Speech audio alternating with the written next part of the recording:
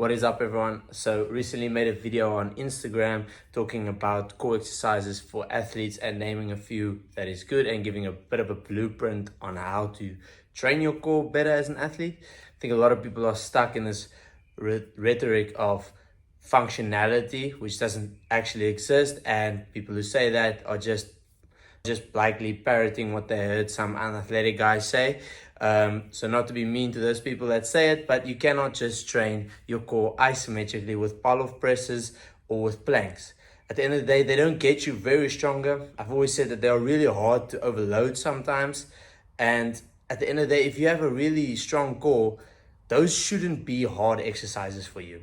And they also leave a massive deficit in a lot of exercises where if you do some of the exercises I'll get to now, you'll probably still get stronger at those exercises without ever doing them. So yeah, it's rather better to do this. Your core is a complex system of muscles. You need to train it in various ways. So here is a blueprint on how you can train it. Really quickly, you need to rotate and bend laterally. All right, that is your first two things that you always need to do.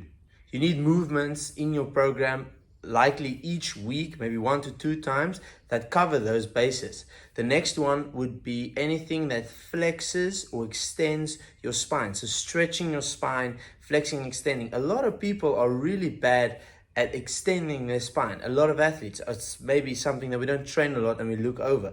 But these are stuff that you need to train. So I'm going to give you a few movements for each category that you can do. If you want to easily plan this into your workout schedule and your ab training regime, pick one exercise of each category that I will do for you. Pick a set of reps, maybe anything from 8 to 10 repetitions, and do each one at least once or twice per week for maybe 2 to 3 sets.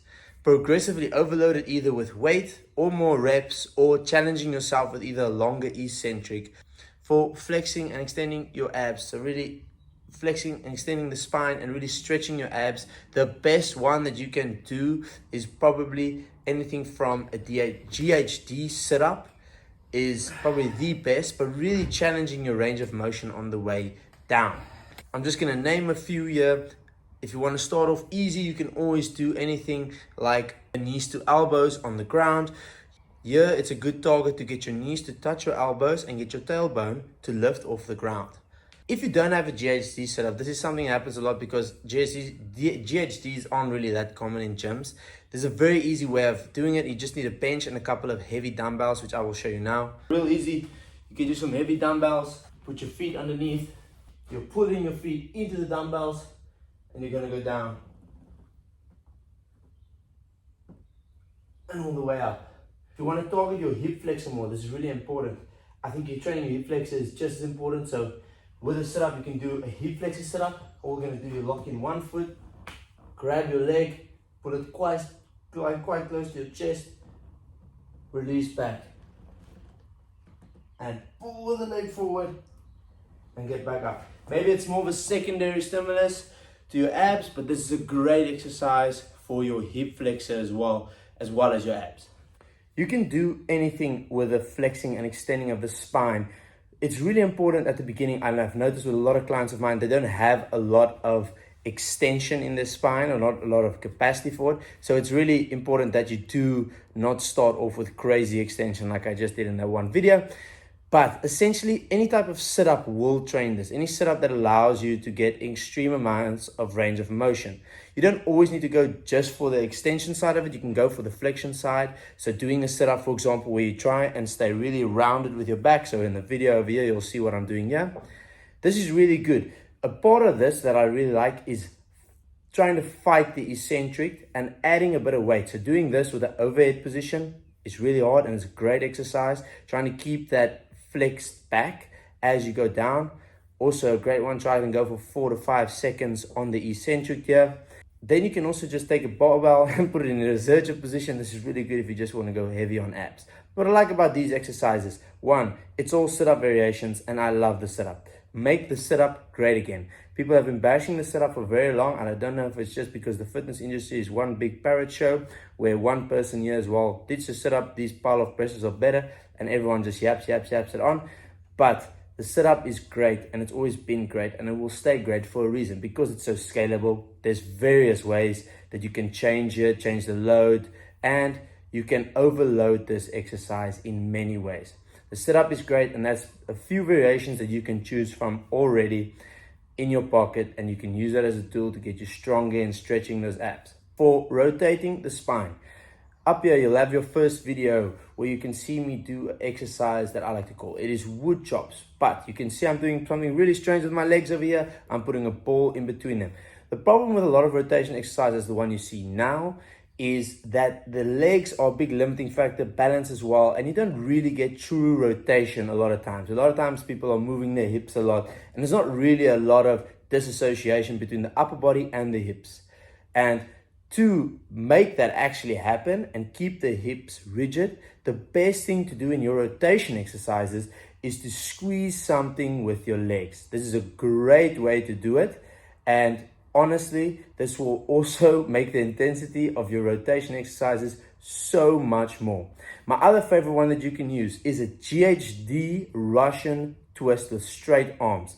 Use weight on this one or do not, but either way, they are really tough. I'll show you them in a second. You can also do them in this GHD way that I just showed you previously. How we're going to do this one is you're going to go for a straight leg setup in your GHD. You're going to go back till you feel overweight. That is a big contraction. Straight arms, twist.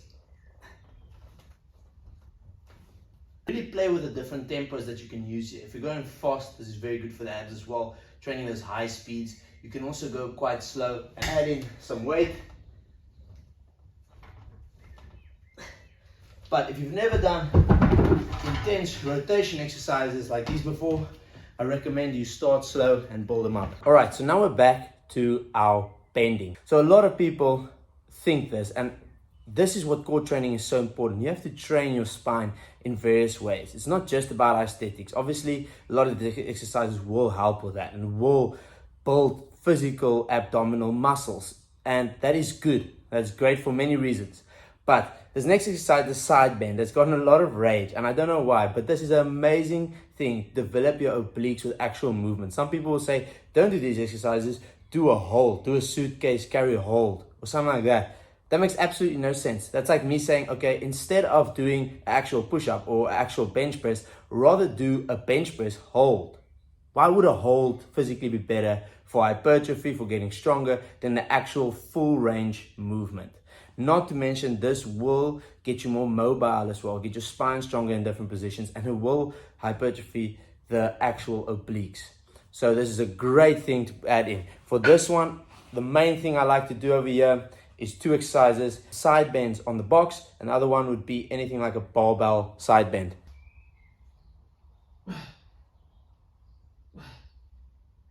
So use a barbell if you don't have access to a really heavy dumbbell, but using a dumbbell is probably a bit better because you have that added stability. It's not such a big thing as the barbell. I just used it as the demo exercise, so you don't have to do it like that. But using dumbbells is perfectly fine. The only thing you need to do is really load this exercise up. It loses its effectiveness essentially if you just go and you use a 5 kilogram dumbbell. So really try and load it up. Try and bend, try and hold the stretch, and try and get back up. Side bend.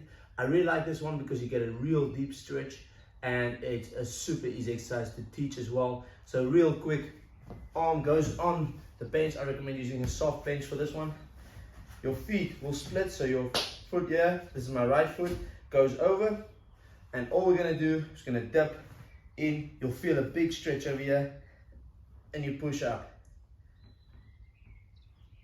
So now you have at least 2 exercises per category, and that is a well-rounded amount. There's still a lot of bunch of other exercises that you can do that are just as effective. These are just some of the exercises that I like to use, and the thing is, you can always scale these exercises, you can always load them up, you can always do them at different tempos, and that is what makes these exercises great. You need to train your core well.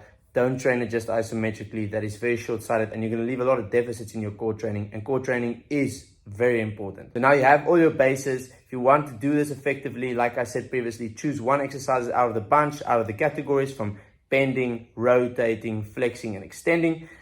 Do them for about 8 to 10 reps, track them, do them once or twice per week. Later on, you can probably rotate the exercises if you really wanted to. Do them once or twice per week, not all on the same day, but do them for 2 to 3 sets every time you do them once or twice per week, and you'll have a really solid exercise program for your core, and it will cover all the bases that you need. I really hope you liked this video, and if you did, please have a like and subscribe, and let me know if you want more videos like this.